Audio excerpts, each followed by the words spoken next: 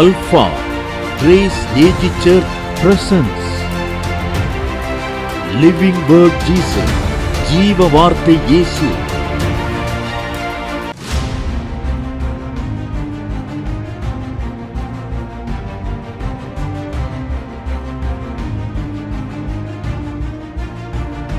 வறண்டு போனால், நம்ம வாழ்க்கையில் துவண்டு போனால் உடனே தேவன் தம்முடைய ஆவியை ஊற்றுவார். எத்தனை பேருக்கு இந்த அனுபவம் அன்றைக்கு வேணுமா? தேவனுடைய ஆவியானவரால் உன் குடும்பம் செழிக்க போகிறது.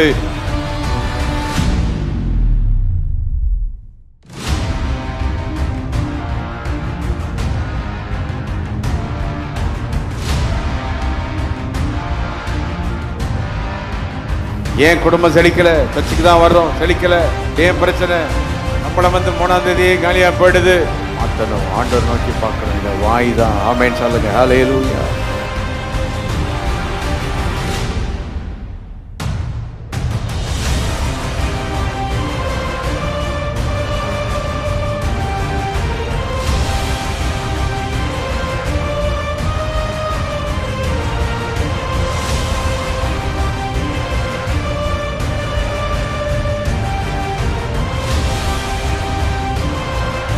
கை நல்ல வயிற்றுங்க. வாய் வார்த்தை சரியானா என் வாழ்க்கையே சரியாயிடும். எனக்கு உங்களுடைய வார்த்தையை தார ஆண்டவரே. என் வாயில யாருடைய வார்த்தை வரணும்? கர்த்தருடைய வார்த்தை. ஹல்லேலூயா.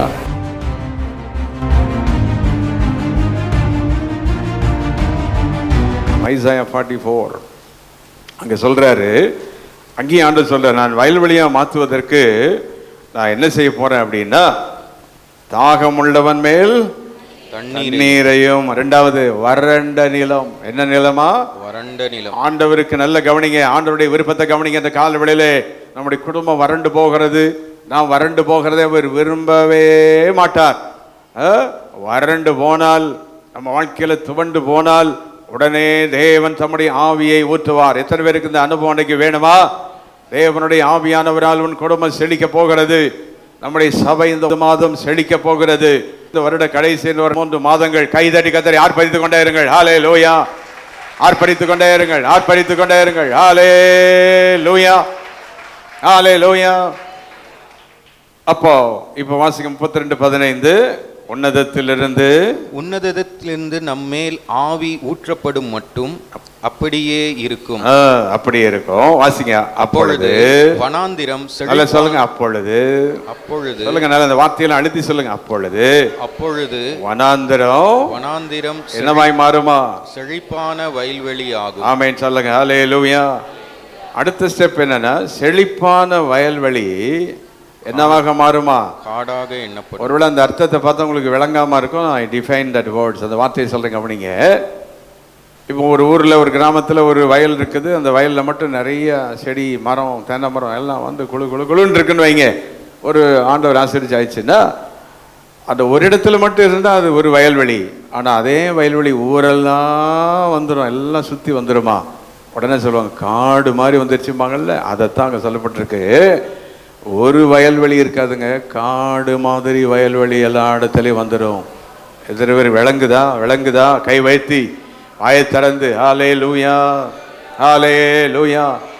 முதலாவது வனாந்தரத்தை செழிப்பாக மாற்றுகிறார். இரண்டாவது வயல்வெளியை காடு மாதிரி மாற்றிடுவார். ஹல்லேலூயா, ஹல்லேலூயா. இந்த நாள் சொன்னேன், 4 levels of financial blessing. பொருளாதார ஆசீர்வாதத்தின் 4 நிலைகள். சிலருக்கு தொட்டுக்கோ தொடச்சிக்கோன்னு காசு இருக்கும், அப்படி வச்சு செலவு பண்ணிக்கிட்டு இருப்போம். சிலருக்கு என்னன்னாலும் செலவு பண்ணுறதுக்கு காசு இருக்கும், செகண்ட் லெவல். 3வது லெவல் இவர்களும் அனுபவித்து மற்றவங்களுக்கும் தாராளமாக கொடுப்பாங்க. அது என்ன லெவல்? 3வது லெவல். கவனிங்க, உங்களுக்கு வேணுமா வேண்டாமா புரிஞ்சுக்கிடுங்க. 4வது லெவல் என்ன அப்படின்னா, வீடெல்லாம் காசாக தான் இருக்கும். எங்கே தொட்டாலும் என்ன இருக்கும்?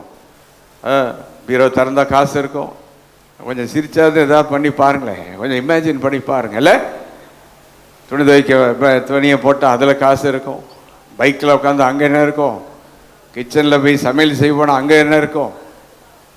என்ன எங்களுக்கு இது வேடிக்கையாக தெரியுதா? இதுதான் என் வேதம், இதுதான் கர்த்தர் செய்கிறது. வேணும்னா கைத்தட்டி ஆர்ப்பரிச்சுக்கிடுங்க. ஆமென் சொல்லுங்க. கைத்தட்ட யார் வேணுமோ கைத்தட்டுங்க, கைத்தட்டுங்க. துதிங்க, கர்த்தரை துதிங்க. ஓ ரகலபா அந்நிய பாஷைகளை பேசிக்கிட்டே துதிங்க. ஓ ஹalleluya ஹalleluya ஹalleluya. நான் வாலிபனாக இருந்தபோது ஒரு ஹாஸ்டலில் நான் படித்தேன். அந்த காலத்தில் அந்த பாஸ்டர் தான் ரொம்ப பணக்காரங்க. அவங்க தான் அந்த காலத்தில் நிறைய சபைகளை ஸ்தாபித்து தமிழ்நாட்டில் 300 சபைகளுக்கு மேலே அவங்க ஸ்தாபித்து ஹாஸ்டல்லாம் கட்டி ஜனங்களை நல்லா போஷிச்சாங்க ஒரு 40 வருஷத்துக்கு முன்னால். அப்போது அந்த பாஸ்டருடைய வீட்டில் நீங்கள் பார்த்தீங்கன்னா பணமாக இருக்கும் எல்லா இடத்துலையும். காரணம் ஏழைகளுக்கு சொல்லுவாங்க, அந்த பாஸ்டர் ஐயா சொல்லுவாங்க அம்மாட்ட, அம்மா அதை எடுத்துக்கொடு, அதில் 1000 ரூபா இருக்குது, அந்த பிள்ளைக்கு எடுத்துக்கொடு அப்படிம்பாங்க. இந்த அங்கே ஒரு 50 ரூபா இருக்கும் பார், எடுத்து அவட்ட கொடு அப்படிம்பார். இந்த மாதிரி அங்கே இருக்கும் காசு. இந்த வயிறு எரியுதா, தண்ணி ஊற்றுங்க, பாட்டில் வச்சுருப்பீங்கல்ல. ஆசீர்வாதம்னு ஒன்று இருக்குதுங்க. தேவன் நினைத்தால் யாரும் தடை செய்யவே முடியாது. ஹல்லேலூயா ஹல்லேலூயா. நான் இது எதுக்கு சொல்கிறேன்னா, இதுதான் வனாந்தரம் மாறுகிற வயல்வெளியின் அனுபவம். புரிந்தால் கையை வைத்தி என் குடும்பத்தை வயல்வெளியாய் மாற்றணும். செழிப்பு சொல்லுங்க, வாய் திறந்து செழிப்பு செழிக்கும். ஹல்லேலூயா. அடுத்தது எப்படி செழிக்குமா?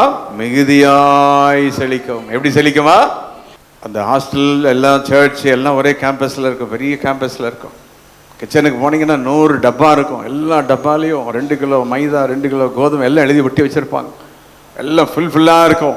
இன்னொரு ரூமுக்கு போனால் மூட்டை மூட்டையாக மைதா இருக்கும், கோதுமை இருக்கும், ரவை இருக்கும், அரிசி இருக்கும், பருப்பு இருக்கும். எத்தனை பேருக்கு கொஞ்சமாவது வேணுமா வேண்டாமா? இமேஜின் பண்ணுங்க. வாயத்திலிருந்து ஸ்தோத்திரம் பண்ணி, ஸ்தோத்திர ஆண்டவரே, ஸ்தோத்திர ஆண்டவரே சொல்லுங்க, ஸ்தோத்திரம். இன்னொருத்தர் ஆசீர்வதிக்கப்படுகிறத நினைச்சு ஸ்தோத்திரம் சொன்னாலே கர்த்தர் உன்னை ஆசீர்வதிப்பார். இன்னைக்கு நிறைய விசுவாசிகளுக்கு மற்றவங்க ஆசீர்வதிக்கப்படுகிற நினைச்சு வைத்தெறிஞ்சிட்டு கிடக்கிறார். அதான் ஒன்றும் இல்லாமல் போகுது. மற்றவருடைய ஆசீர்வாதத்தை பார்த்து ரிஜாய்ஸ் பண்ணணும். ஹல்லேலூயா. மற்றவருடைய செழிப்பை பார்த்து மகிழ்ச்சி அடையணும். ஹல்லேலூயா. சிலர் காரில் வந்து இறங்கின உடனே இது என்ன கார் நல்லா இருக்கான்னு பார்த்து யாராவது கேட்டாங்கன்னா அடுத்த முறை கார்லேயே வர முடியல, பைக்கில் தான் வர வேண்டியிருக்கு. அந்த மாதிரி ஆகக்கூடாது. நீங்கள் போய் விசாரித்து அந்த கார் நல்ல காரான்னு கேட்டால் அவங்க 4 கார் வாங்கணும், 40 கார் வாங்கணும். அந்த மாதிரி மகிழ்ச்சி வரணும். ஆமென். வாயை திறந்து மாற்றிடுங்க, கை வைத்தி மாற்றிக்கிடுங்க. வனாந்தரம் மாறுவதாக. வனாந்தரம் மிகுதியாய் செழித்து அது ஆனந்த களிப்புடன் பாடும். ஹல்லேலூயா ஹல்லேலூயா. இப்போ நான் அந்த செழிப்பை எப்படி உங்களுக்குள்ளே கொண்டு வரணுன்றதை இப்படி வார்த்தையிலேருந்து கொண்டு வர போகிறேன். இந்த மாதம் கர்த்தர் வனாந்தரம் மாறுன்னு சொல்லிட்டார். எப்படி அதை மாற்றணும், எப்படி அதை மாற்றணும்? நீங்கள் எப்படி மாற்றுவீங்க? உன் வீடு வனாந்தரத்தை நீ எப்படி மாற்றுவ? உன் சரீரம் வனாந்தரத்தை போல இருக்கும். எதுவுமே செய்ய முடியாது. கால் எடுத்தால் நடக்க முடியாது, கை எடுத்தால் வைக்க முடியாது, ஒன்றும் வாயில போனால் சாப்பிட முடியாது. வனாந்தரம் வனாந்தரம் வனாந்தரம் வனாந்தரம். மாற்றுவதற்கு வேதம் ரகசியத்தை சொல்லுகிறது. புதிதானதல்ல, தெரிந்தது தான், மிகவும் நமக்கு தெரிந்தது தான், தெரிந்தது தான். அப்போ இதை நாம் இந்த உன்னதத்தின் ஆவி யார் மேல் ஊற்றப்படணும்? அந்த 44:3 வாசிங்க. இப்போ 44:3 வாசிங்க. எங்க ஊற்றுவார? முதல்ல உன்னதத்திலிருந்து ஊற்றுவேன்னு சொல்லிட்டார். இப்ப சொல்றாரு 44:3, தாகமுள்ளவன் மேல். யார் மேல ஊத்துவாரு? தாகமுள்ளவன் மேல். நிறைய பேர் நினைப்பாங்க உன்னதத்திலிருந்து ஆவிதான் ஊத்தப்படும் சொல்லி அவர் ஊத்திட்டு அவர் பாட்டு ஊத்திட்டு போறாரு. நோ நோ நோ, அவர் பாட்டு ஊத்திட்டு போட மாட்டாரு. எங்க தான் ஊத்துவாரா? தாகமுள்ளவன் மேல். சொல்லுங்க, எங்க ஊத்துவாரு? ஹல்லேலூயா. வீட்டில் காலையில் எழுந்து 5 மணிக்கு ஒரு பாட்டை போட்டு ஸ்தோத்திரம் பண்ற தாகம் உள்ளவனுக்கு மேல். கவனியுங்கள், காலையில் எழும்பி ஒரு வேதத்தை 5 நிமிஷம் வேதமாக வாசிட்டு லைட்டை போட்டு வேதத்தை வாசிக்கணும். கிச்சனில் நின்றுக்கிட்டு பைபிளை படிச்சுட்டு ஒரு ஜெபம் பண்ணிட்டு கிச்சனில் முழங்கால் போட்டு ஜெபம் பண்ணி சமையல் வேலையை ஆரம்பிக்கிற எத்தனை தாய்மார்கள் தெரியுமா? உன்னதத்திலிருந்து ஆவி ஊற்றப்பட வேண்டும் என்றால் வாஞ்சை. காலையில் எழும்புற உடனே கிச்சனில் போய் முழங்கால் போட்டு பெட்ரூமில் போய் அந்நிய பாஷை பேசிட்டு தூங்குற எழுப்பி அவனை அடிப்பான். இதுதானே? இதுக்கு பயந்துட்டு என்ன செய்யறது இல்லை, நிறைய பேர் ஜெபம் பண்ணுறது இல்லை. இல்லை, அவங்கள டிஸ்டர்ப் பண்ணாமலே நீ யாரோடு நெருங்க பார்க்கணும். கைவதி புரிஞ்சவங்க மட்டும் ஜெப அனுபவம் பெற்றவங்க மட்டும் ஸ்தோத்திரம் பண்ணுங்க வாயை திறந்து. ஹல்லேலூயா. யாரையும் பாதிக்காத வண்ணத்தில் நீ தேவனோடு கனெக்ட் ஆகலாம். ஆமென். ஹல்லேலூயா ஹல்லேலூயா ஹல்லேலூயா.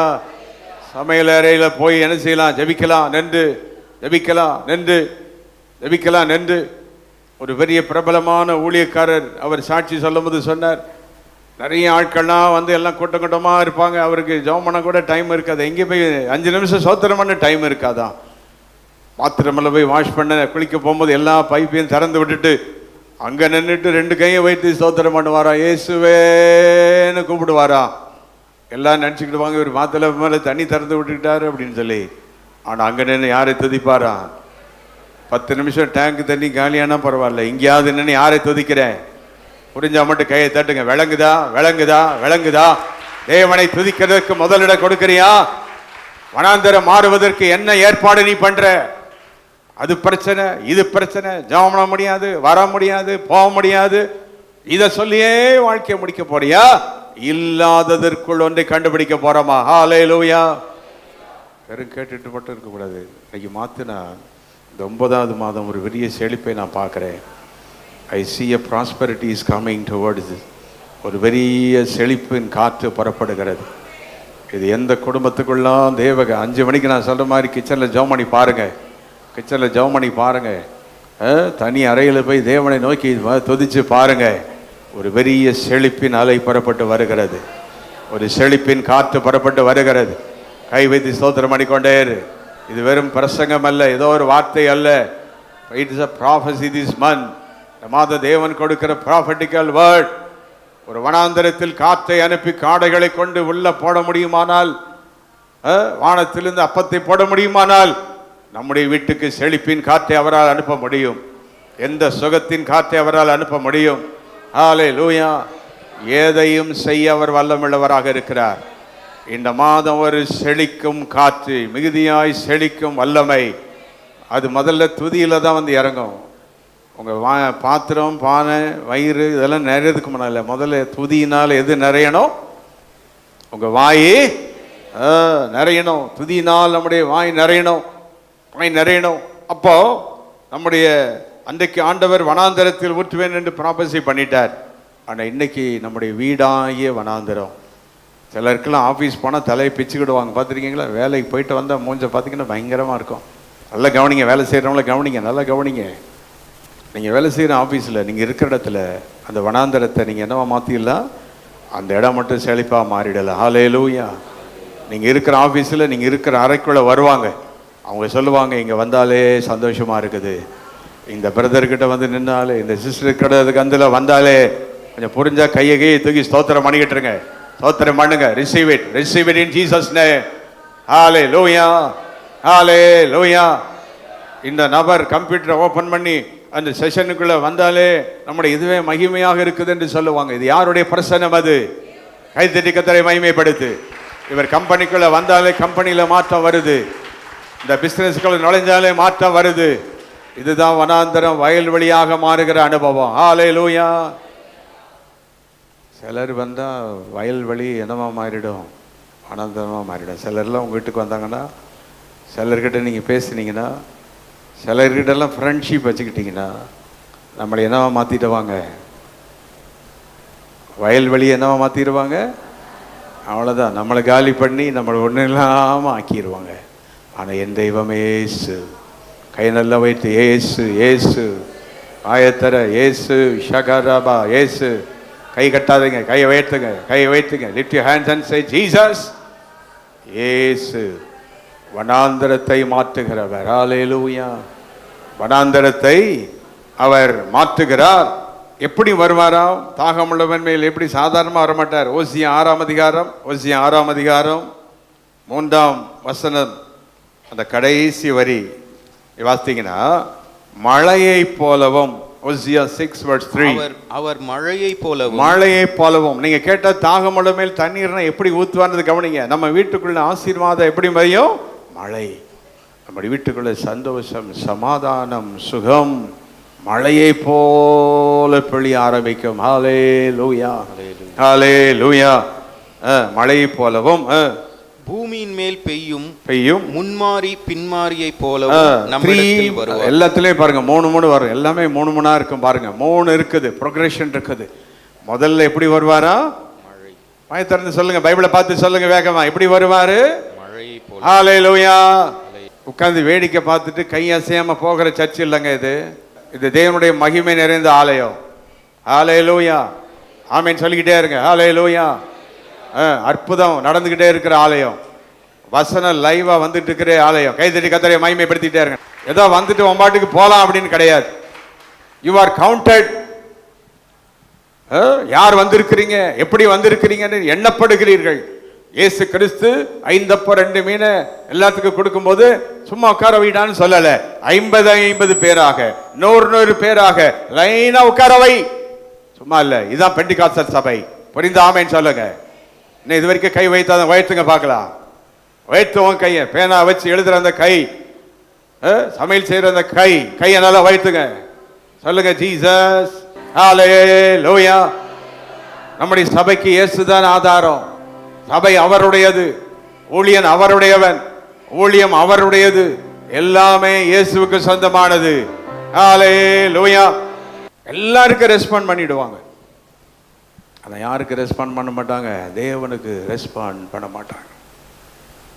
அந்த நாள் ஒரு குடும்பத்தில் ஒரு மரணம். சென்னையில் ஒரு 3 நாளைக்கு முன் இளம் வயதில் ஒரு கணவர் மரித்து விட்டார். அந்த பெண் நல்ல விசுவாசி, செவ்வாப்பேட்டை சபையில் எவ்வளோ நல்ல பிள்ளை, ஒரே பெண் குழந்தை. கவனிங்க, எல்லாம் வாழ்க்கையை கவனிங்க.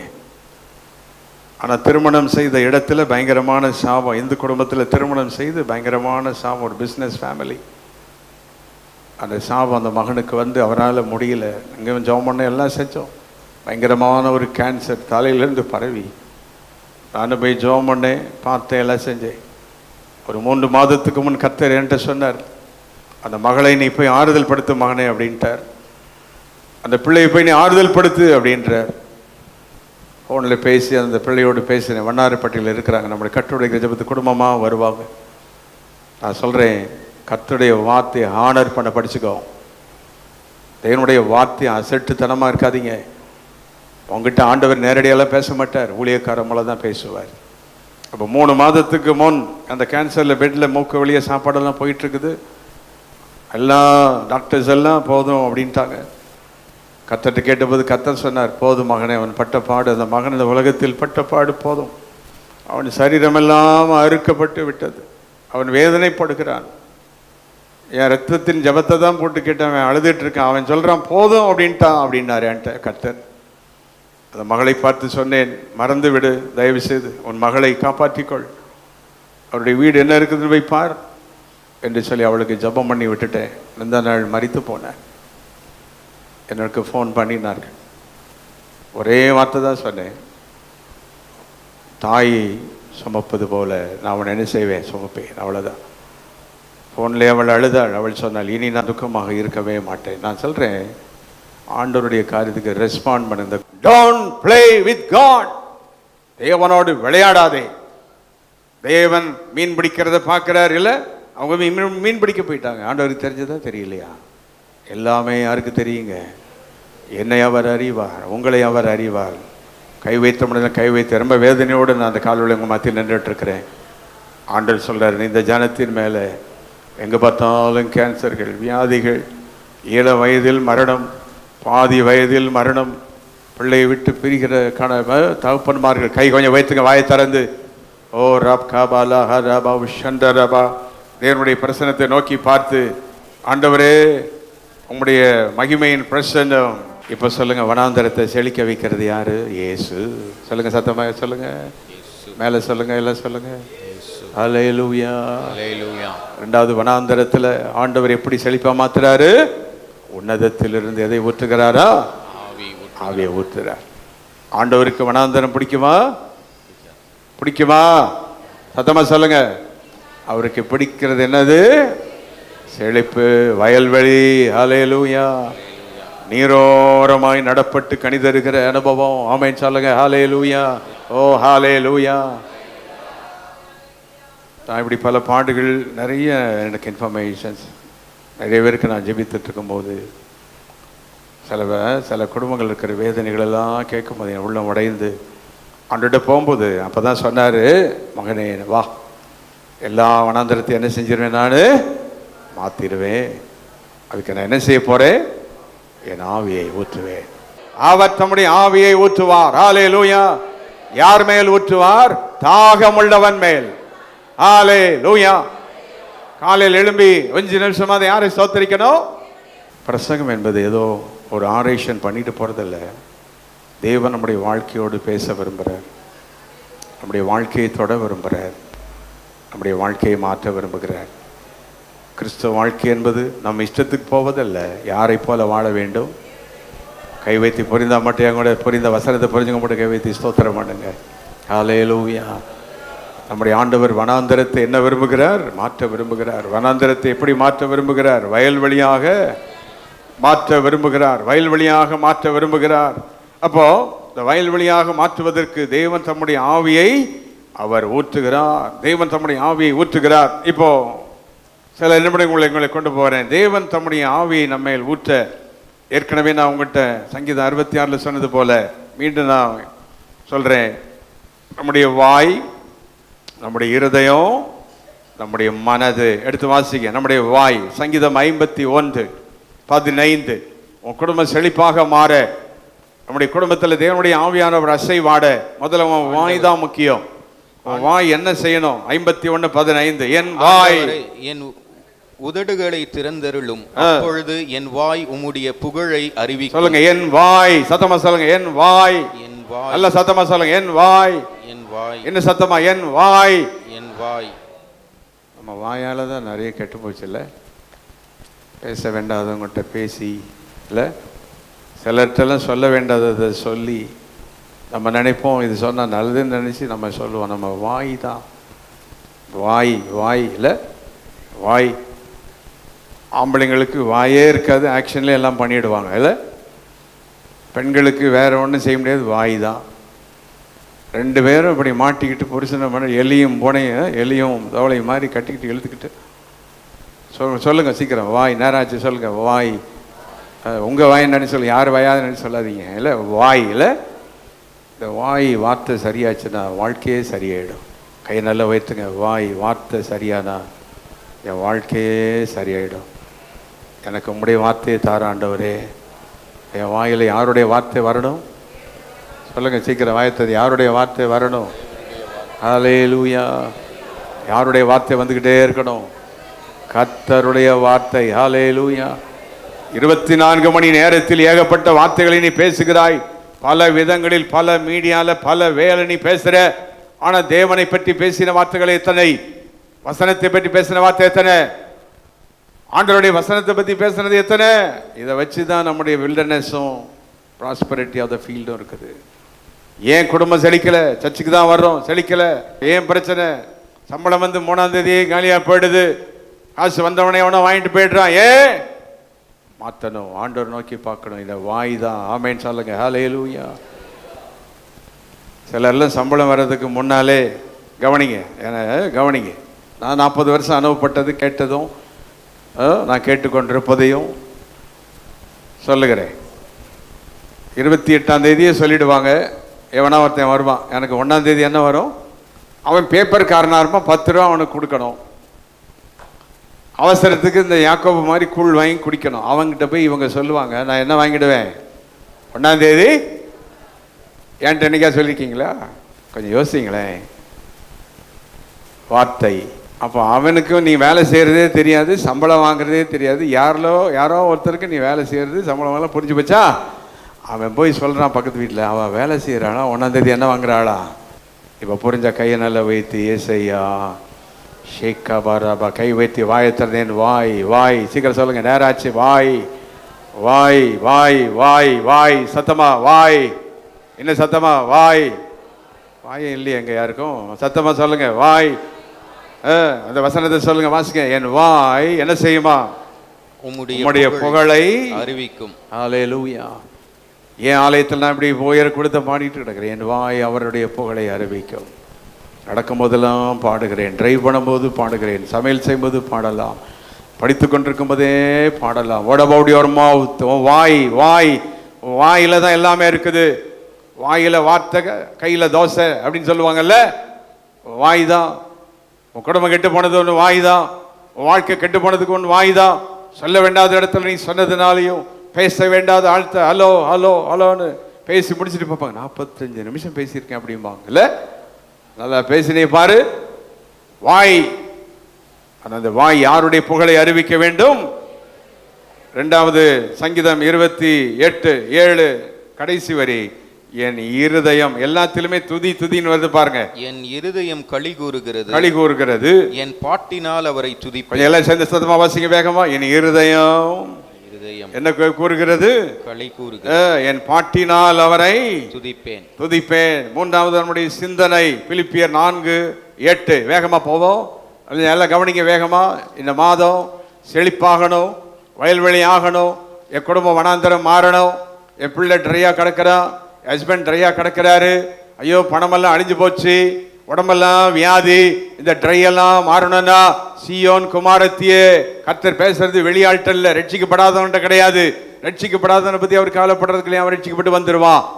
ஆனா ரட்சிக்கப்பட்டு வந்தவங்க தான் இல்ல, வந்தோடு தான் கர்த்தர் பேசுறார். என்ன பேச வாசிங்க 8ல கடைசி வரி வாசிங்க. புண்ணியம் எதுவோ, புண்ணியம் எதுவோ, புகழ் எதுவோ அவைகளையே சிந்தித்துக் கொண்டிருங்க. இப்படி வைங்க தலையில சொல்லுங்க. புண்ணியம் எதுவோ, புகழ் எதுவோ அதையே என்ன பண்ணி கொண்டிருங்கள். ஹல்லேலூயா, ஹல்லேலூயா. 7ஆம் வசனம் அப்படியே வாசிங்க. 7ஆம் வசனம் அப்படி நீங்க சிந்தித்தால் 7ஆம் வசனம் அப்பொழுது, அப்பொழுது சத்தமா சொல்லுங்க. அப்பொழுது, அப்பொழுது வார்த்தை ரொம்ப முக்கியம். வார்த்தை, வார்த்தை, வார்த்தையோடு கர்த்தர் பேசிக் கொண்டிருக்கிறார். அப்பொழுது எல்லா புத்திக்கும் மேலான தேவ சமாதானம் உங்கள் இருதயங்களையும் உங்கள் சிந்தைகளையும். அந்த வசன வாசிக்கும் ஆக்ஷன் பண்ணுங்க. உங்கள் இருதயங்களையும் வேகமா நெஞ்சில அடிச்சுக்கிட்டு போறீங்க. இருதயங்களையும் மண்டை அந்த வசனம் திருப்பி வாசிங்க. இருதயத்தையும் உங்கள் இருதயங்களையும் சிந்தனையும் சத்தமா வாசிங்க. இருதயங்களையும் உங்கள் இருதயங்களையும் சிந்தனையும் உங்கள் சிந்தனை இருதயமோ சிந்தனையும் இருதயமோ சிந்தனையும் இருதயமோ சிந்தை. எல்லாம் கவனிங்க. இந்த செத்த வீட்டுக்கு போனா 2 இடத்துல அடிப்பாங்க, பார்த்துருக்கீங்களா? செத்த வீட்டுக்கு போனா எப்படி அடிப்பாங்க? நம்ம அங்கெல்லாம் போய் அடிக்க வேண்டியதில்லை. எப்பொழுதுமே நம்முடைய இருதயமும் சிந்தனையும் யாரை புகழுகிறது? ஹல்லேலூயா, ஹல்லேலூயா. ஷேக்கா பாராலாஹா. கையை நல்லா வைத்து சீக்கிரம் நேராச்சு. புகழ்கின்றோம் உம்மையே, புகழ்கின்றோம். கை வைத்துங்க. போற்றி புகழ்ந்து சத்தத்தை நல்லா வைத்தி புகழ்கின்றோம் உம்மையே, புகழ்கின்றோம். போற்றி புகழ்ந்து பாடு. கையை நல்லா வைத்து உயர்த்துகிறோம், உயர்த்துகிறோம். சத்தமா உன்னதரே உயர்த்தி புகழ்கின்றோம். புண்ணியரே உயர்த்தி கை தட்டிட்டே சொல்லுங்க. இருதயம் என் சிந்தனை சொல்லுங்க சத்தமா. இருதயம் சொல்லுங்க. வாலிப பிள்ளைங்க நடுவில் இருக்காங்க, சொல்லுங்க. வாயை திறந்து பின்னால அங்க மேல சொல்லுங்க. உன் இருதயம் மாறட்டும், உன் சிந்தனை மாறட்டும். சாஸ் உன் இருதயத்தை ஆட்கொண்டானோ, உன் சிந்தனையை ஆட்கொண்டானோ, உன் இருதயமும் சிந்தனையும். இப்ப சொல்லுங்க. நான் முதல்ல இருந்து மறுபடியும் வரப்போறேன். சொல்லுங்க. வனாந்தரத்தை மாற்ற தேவன் என்ன செய்யறாரு? யார் மேல ஆவியை ஊத்துவாரு? தாகம் உள்ளவன் மேல். எப்படி ஊத்துவாரு? மழையை போல. வசனம் புரிஞ்சவங்க மட்டும் எங்கூட பேசுங்க. எப்படி ஊத்துவாரு? மழையை போல ஊத்துவார். ஹல்லேலூயா. இது நமக்கு என்ன அடையாளம் அப்படின்னா, நாம வாயினால யாரை புகழணும்? ஹல்லேலூயா. கை வைத்துங்க. பாட பாட வல்லமை, துதிக்க துதிக்க வல்லமை. கையை கொஞ்சம் அசைங்களை. ஆராதிக்க ஆராதிக்க வல்லமை. ஹல்லேலூயா, ஹல்லேலூயா.